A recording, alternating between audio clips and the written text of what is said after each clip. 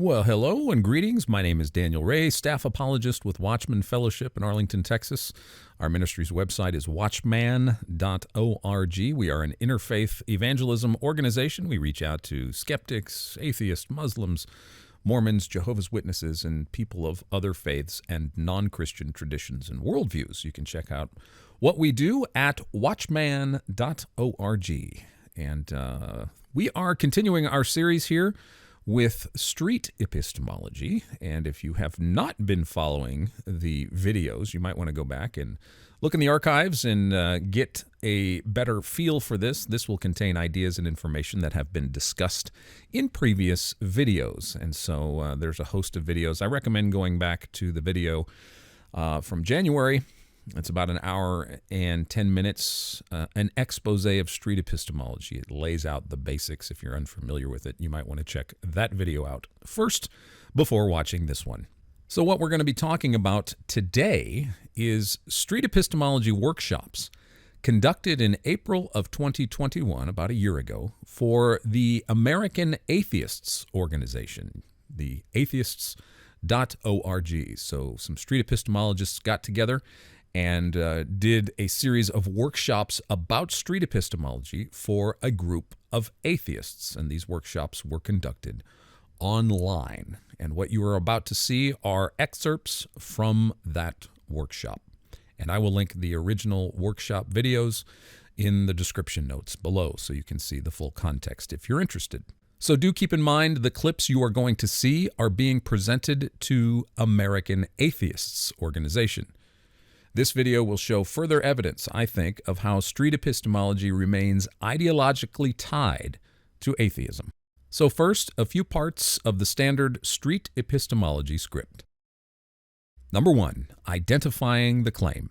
Sometimes you'll ask for like a general topic, but we really want to focus on a question, like a discussion question, which is making a claim of like, yes, this thing is true, or no, this thing is not true.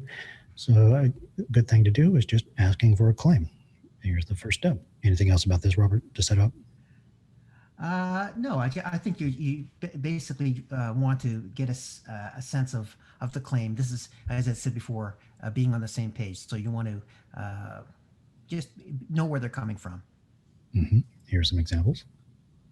What belief do you have that you really think is true that we can explore by me asking questions to see how you concluded that it's actually true? I'm a Christian, and I love Jesus. Okay. Yeah. Great. Yeah.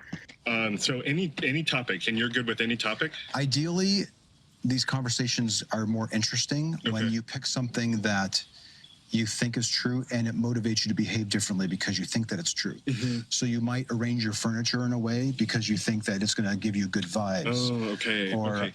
Then I would say, I'm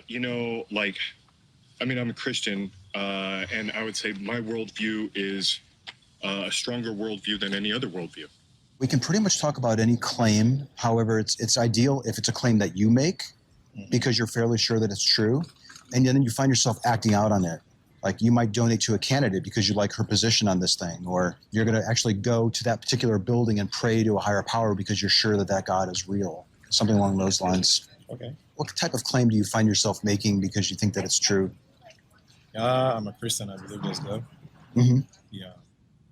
The question examples were asked here in Texas, in San Antonio, what many consider to be the belt buckle of the Bible Belt. If you ask these kind of questions in Texas, you are likely going to get a Christian or somebody who believes in God. You can see my other videos where street epistemologists fish for discussing religious claims. Number 2, the confidence scale. Klaus asks, have you come across people who hate giving numbers? I can think of a few people in my life I've done this with without realizing, and they would hate to give exact numbers. Yeah, we don't force people to give, the 0 to 100 or 1 to 7. They can give more, descriptive, ways of giving their confidence. Yeah, no problem. Yeah. You can have high, medium, low. And of course, Reid, in your videos, you have this little scale that goes back and forth, that goes from gray, from white through gray to black. It's a kind of a shades of gray scale.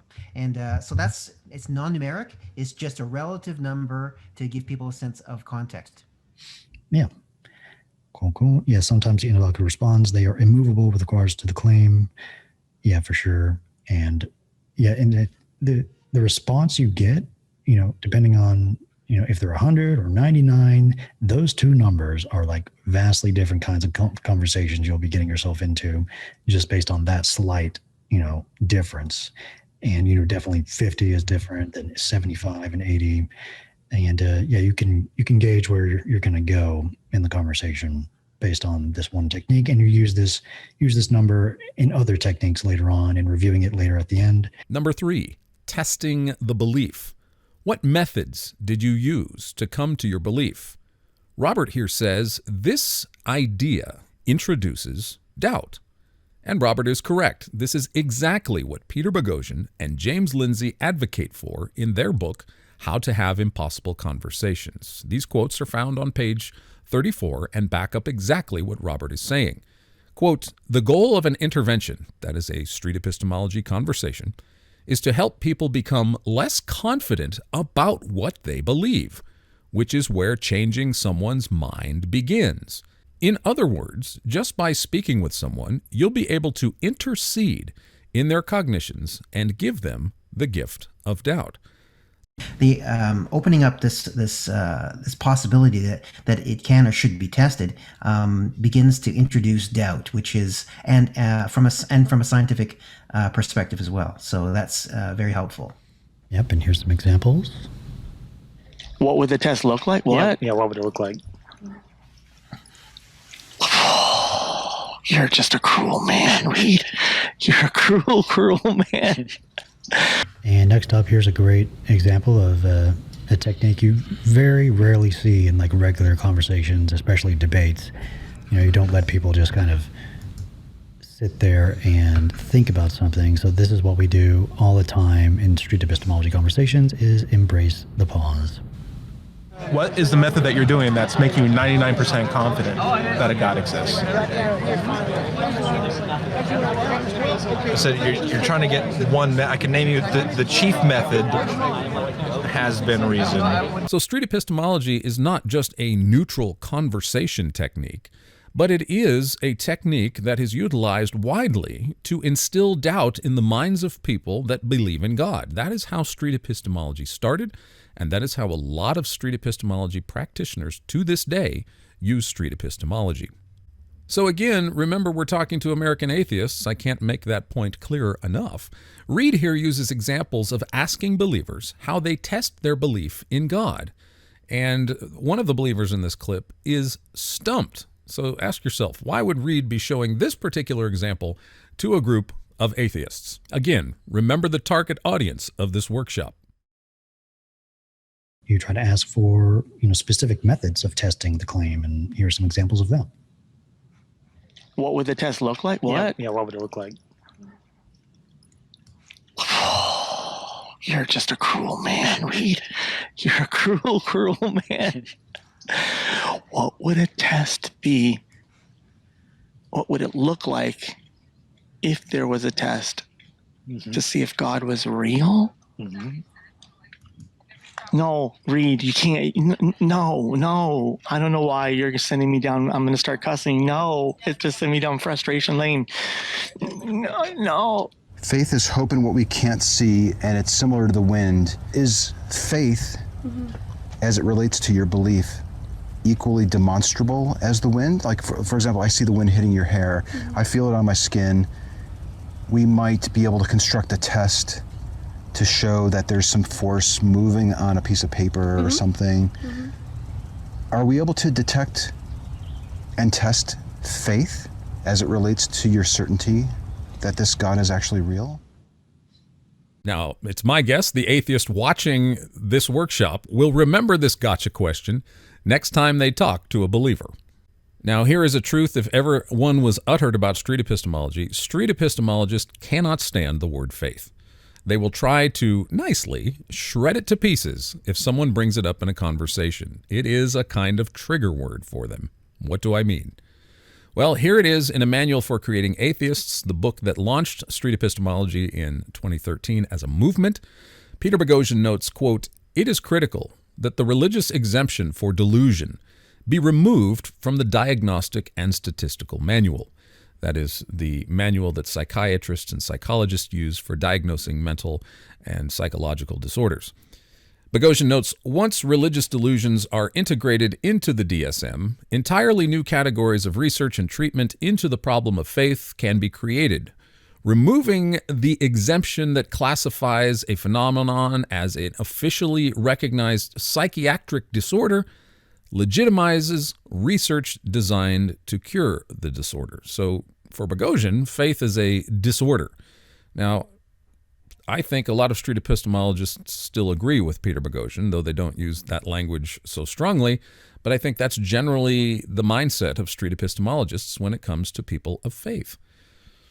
Boghossian also says in the same book, the word faith is a very slippery pig. We need to get our hands on it, pin it to the ground, and wrap a blanket around it so we can have something to latch onto before we finally and permanently subdue it.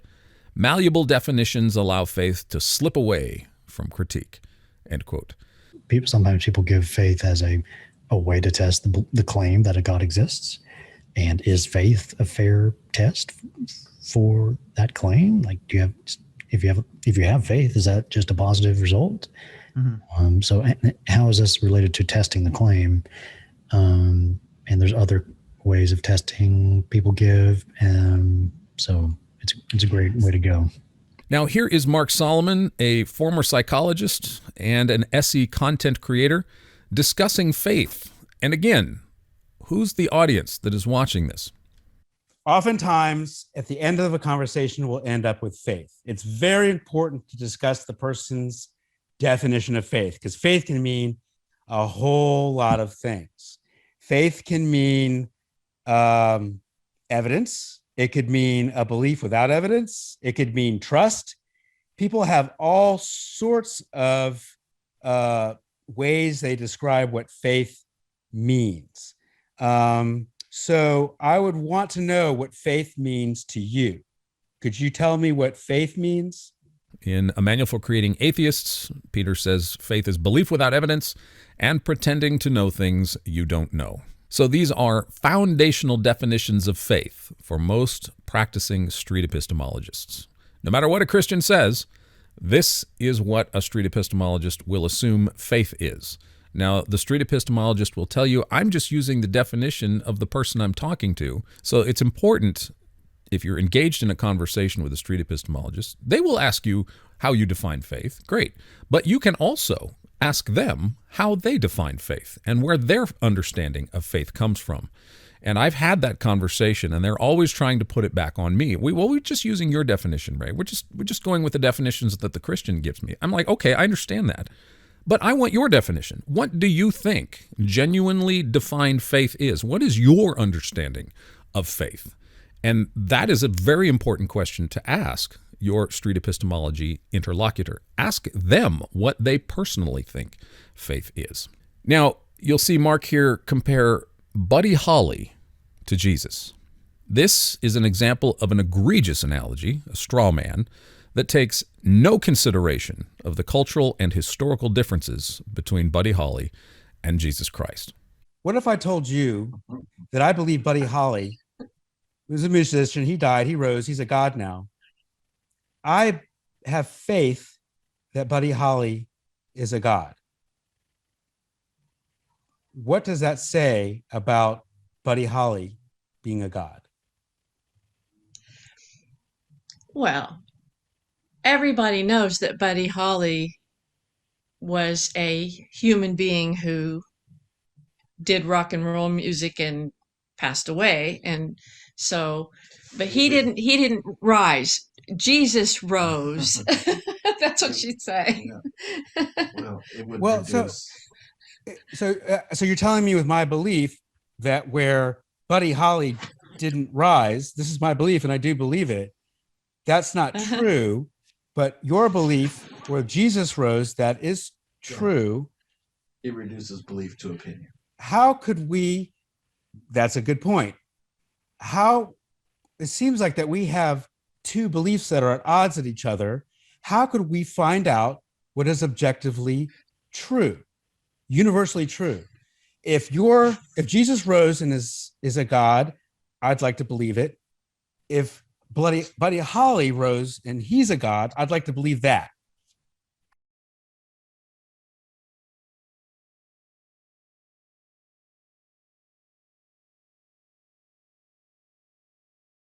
You're exposing them to this conundrum. You're not telling them the conundrum. That won't work. Right. You're having them think about it. And you're having them discover critical thought on their own. You're not telling them how to do critical thought. They're doing it. You've just allowed them to make a big step because they're trying to hold two diametrically opposed views in their hand at the same time, and they can't.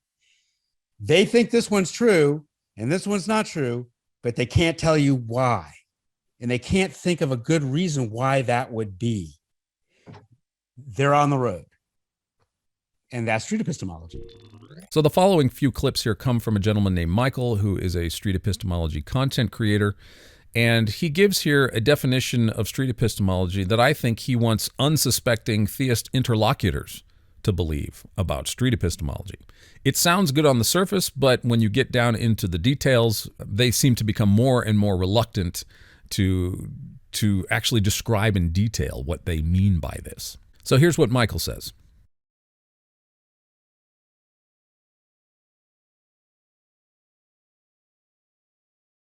So for me, basically, as Anthony said, it's a way to speak to other people that prioritizes rapport and relationship. That's the most important thing for me. It helps us both to clarify what we mean by the words that we're using. So we're not talking past each other, understand the reasons we have for the beliefs that we hold, and to identify if we're thinking accurately about those reasons. Now, as Anthony said, it's not about telling people what our view is or debating or arguing with them.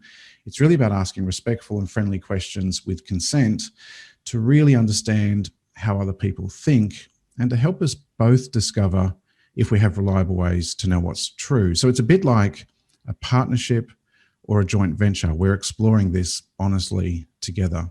The street epistemologist is here to help you think critically about what is true. Yes, he said it helps the street epistemologist as well, but this is generally all upon the person they're interviewing. The street epistemologists are tacitly assuming, but generally not telling you, what is and what is not a reliable way to know what is true. Hint, faith is never one of those reliable methods.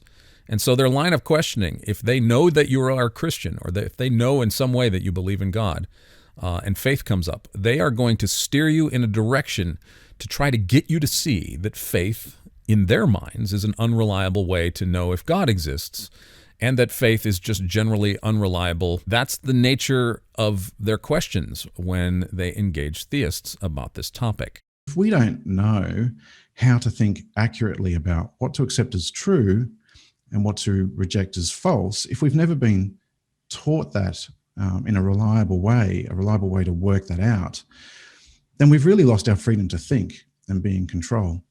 And the problem doesn't really stop there, because if we're relying on that same faulty process to form beliefs about other things as well, then how many untrue things might we end up believing in and feeling emotional about and making decisions about that impact not only our life, but the lives of the people closest to us who we care deeply about.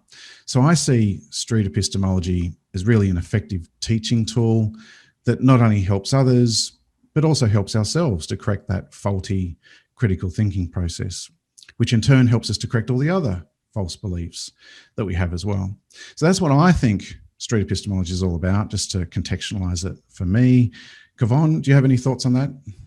I would agree. I would agree with everything you just said. Note that Michael said street epistemology is a teaching tool, and I 100% agree with him. I have a video of Reid Nicewonder on my channel talking about street epistemology and proselytizing. And Reid, who is the president of Street Epistemology International, advocates using street epistemology to proselytize for a cause. Note, Michael said, SE corrects a faulty thinking process. And so this brings up the question, well, what's the proper thinking process? What does the street epistemology think is an example of clear thinking, proper epistemology? And when I ask these questions, you never really get a straight answer. A street epistemologist will never really tell you. They'll say, well, it's all for you to determine whether or not you think you're thinking clearly. But that's not entirely true, because their questions are often leading and guiding the interlocutor, me, the Christian, into a kind of ideological cattle pen. They're guiding you in a way that they hope you come to see that your faith in God is unreliable and unreasonable. They want you to doubt your faith. Now, Michael, in one of his slides here, features a picture from Reid Nicewonder of Cordial Curiosity talking to Tia, a Christian college student. This is from several years ago. But it is probably the most widely viewed street epistemology video on the internet. If there was ever going to be like a Heisman Trophy or some kind of street epistemology achievement award, they would probably model it after Reid talking to Tia. This is the creme de la creme of street epistemology, and I think probably the video that ignited more interest in it. And I'll share a clip with you here. And again, remember that this picture and this presentation was presented to American Atheists. But here's why Reid's interview or conversation with Tia became so popular. You're asking tough questions. You really are. You're doing good. It's not. I'm not saying it's reliable. It's not. But it's just what I believe personally, and I always will believe it. I just have a very strong faith towards it. Is just believing or having faith in anything a reliable way to have confidence that something's true? I think faith. Why? Because it's... You're good at this. I'm just very interested in why people believe. I need to get my book out. I have a book in here. Helps me out. I can't memorize all of it. Well, we can maybe take a pause here and think about it and maybe come back in a minute or so. He's asking me tough questions. I know. Wait, what was the question that you were asking me? Why should someone use faith to believe in anything? Okay. I need to get my book out. Can I get my book out? Sure. This is my book. Helps me out. I'm doing a Bible study right now. Okay. Let's see.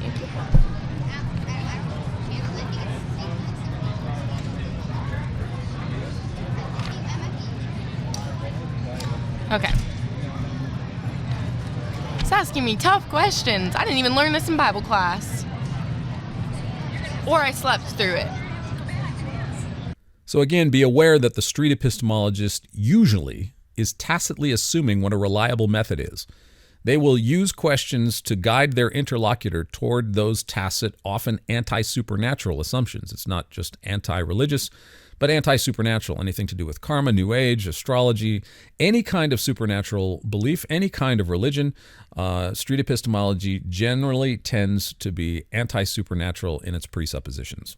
So if you find yourself in a conversation with a street epistemologist, ask them what a reliable method for knowing if something is true or not. What do they use? You are not likely to get a straight answer. Now, you might. There are some people that are relatively new to practicing street epistemology who are willing to concede where they are coming from and being more transparent, and I applaud that. I say, if you are an atheist and you want to get a Christian to doubt, just say so. If that's the kind of conversation you have, don't hide it under a guise of civility and cordiality and friendly conversation if your intention is to get me to doubt. If you want to have that conversation, I'd like to try to get you to doubt your faith. Let's have that conversation, but don't pretend that's not what you're doing. So here we come to the idea of falsifiability and the outsider test for faith. Now, the Outsider Test for Faith is a book written by John Loftus in 2013, the same year Peter Boghossian's A Manual for Creating Atheists came out. And basically the premise of it is that if you are a Christian, do you critically look at your faith the same way you look at other faiths in which you don't believe? So are you as critical of your faith as you are of Islam or Judaism or Mormonism or Jehovah's Witnesses or something.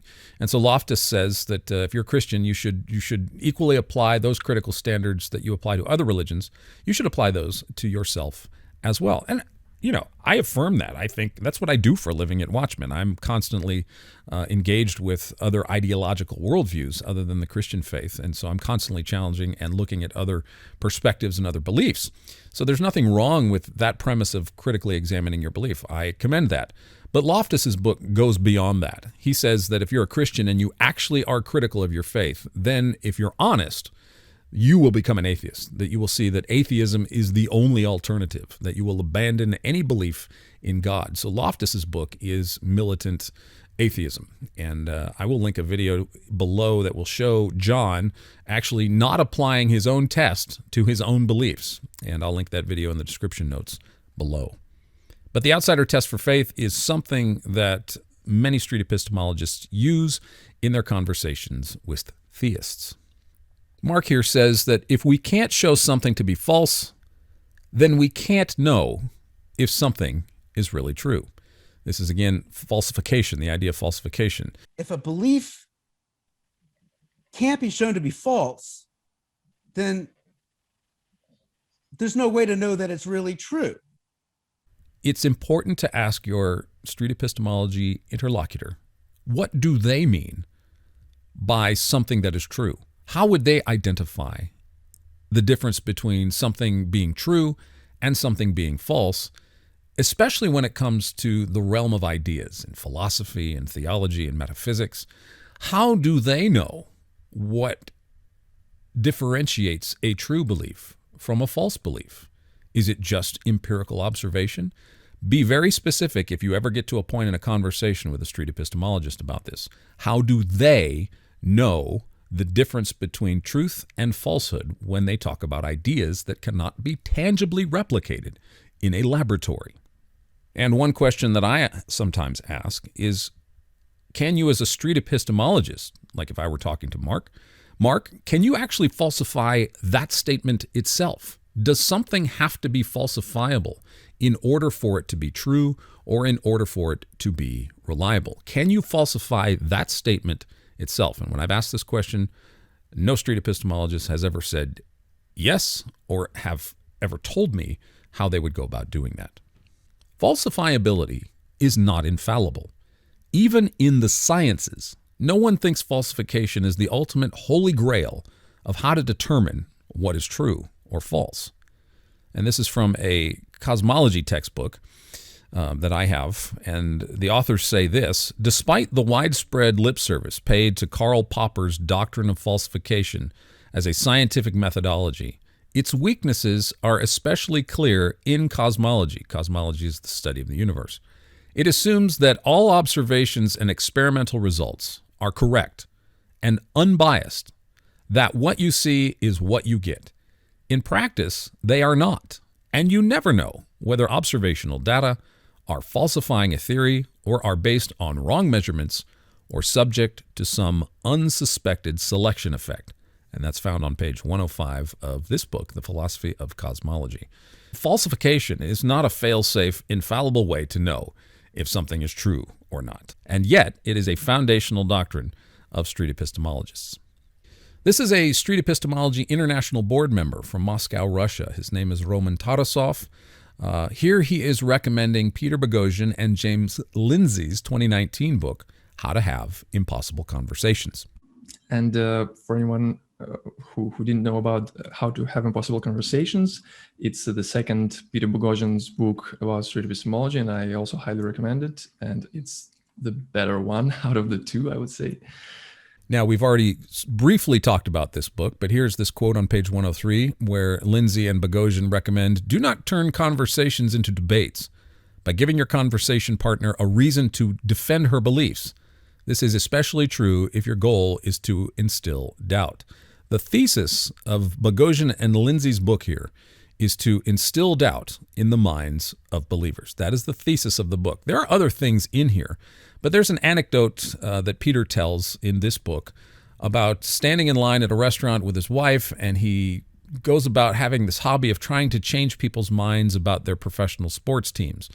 And it kind of sets up this idea that Peter is in this whole street epistemology conversation business to change people's minds. And so street epistemology is, in my estimation, and the evidence that I've collected and the things that I've looked at, street epistemology is not a neutral conversation technique. It is a proactive methodology for attempting to change people's minds, primarily based on trying to change people's minds about the existence of God. And so here's what they say on page 86 about the confidence scale that we mentioned earlier in this broadcast. They say, quote, "Now you have a discrete metric, the confidence scale, that tracks your ability to intervene in someone's cognitions and instill doubt." So in other words, if you have some kind of scale, whether it be it numeric or like colors, if you have certain shades or something, if you go from point A to point B, whatever it is, alphabets, numbers, letters, shades, colors, you have this metric.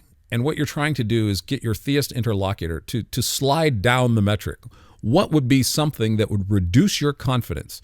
And so if a street epistemologist can see you went from a 100 to an 87, then they've had some success. They have some way of measuring success, that they've caused a little bit of doubt in your mind about the existence of God.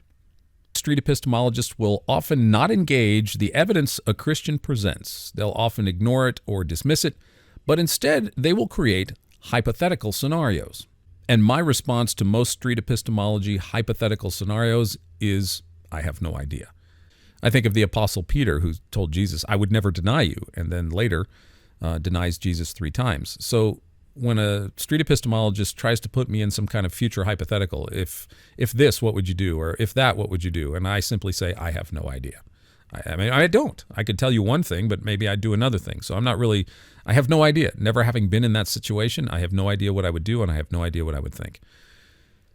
Now, street epistemologists will say they welcome epistemic humility, and this has happened to me. They say they appreciate it when you, as a theist or a Christian, they ask you a question about God, and you say, "Well, I don't know," and they say they appreciate that. They appreciate you saying that you don't know. But if you say "I don't know" to one of their hypothetical scenarios, they might claim you're avoiding their question, or worse, that you're willfully refusing to think about your beliefs critically. This has happened to me. I've had a few occasions where I don't entertain the hypothetical, and someone is accusing me of not thinking critically about my beliefs, or refusing that I don't want to think critically about my beliefs. Yet it's okay for them if they don't want to discuss any evidence you present them for the reasons for your belief in God. Street epistemologists will say they don't ignore facts, but I argue they do. Here's Mark Solomon again. And it's a way to have a polite discussion, a meaningful discussion, and you're not getting bogged down in the details of the belief itself. In fact, the belief itself is quite unimportant. And if you find yourself talking too much about the belief, then you're not practicing street epistemology. You're debating the belief.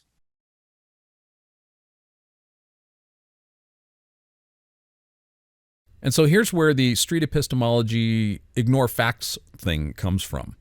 In my experience, many SEPs, street epistemology practitioners, have avoided getting into the details of comparative religious studies, especially when they find out that's what I do for a living. They will deny they avoid facts, but in practice, they generally do avoid apologetic talking points. It varies from practitioner to practitioner, but this is precisely what is outlined in 2 of Boghossian's books and in Loftus's book. In fact, John Loftus uses the same quote Boghossian does about avoiding facts when discussing faith with believers. Here's John Loftus's 2013 book, The Outsider Test for Faith, and you can pause the video and read that quote. And then you can see Boghossian's quote in A Manual for Creating Atheists. It's the same quote John Loftus uses. And here it's subtitled, Avoid Facts. I mean, it says right there, this is what you do. Here's what you need to do. Avoid facts, and here's why. And here's Boghossian in A Manual for Creating Atheists. He says, "When I teach beginning street epistemologists how to help rid the faithful of their affliction and anchor their beliefs in reality, one of the most difficult strategies to get across is do not bring particular pieces of evidence, facts, data points, into the discussion when attempting to disabuse people of specific faith propositions." And this is exactly how street epistemologists practice engagement with Christians today. And here it is in Impossible Conversations. We've already read this quote. Don't turn conversations into debates, especially if your goal is to create doubt. it is unclear to me why SEPs are frustrated about being criticized for this. It is exactly what they do. So in summary, I think this video provides further evidence of street epistemology's current strong ideological ties to atheism. When engaging religious believers, nearly all street epistemologists are at some level trying to get the believer to doubt their faith in God. Faith for a street epistemologist is universally considered to be unreliable at best and a delusion at worst. So be prepared and know what you believe and why you believe it. And remember 1 Peter 3:15. Give a defense for the faith and the hope that is in you with gentleness and reverence. And you will be hard-pressed. In fact, you won't find anything. Go on YouTube, do a search, and see if you have any street epistemology group or any street epistemologist giving street epistemologist workshops to Christians or to churches or to any religious organization. It's just not out there. And so that is a summary of this. Thank you for taking the time out to hang out with me today and watch this video. My name is Daniel Ray, and you can contact me if you have any questions or concerns about my critiques. Please contact me publicly. My email is open, psalm1968@gmail.com. That's psalm1968@gmail.com. I will put that in the notes below. So if you have any concerns or questions or you want to continue a friendly civil dialogue, I'm open. Drop me a line, leave a comment, or send me an email. Thank you so much for listening.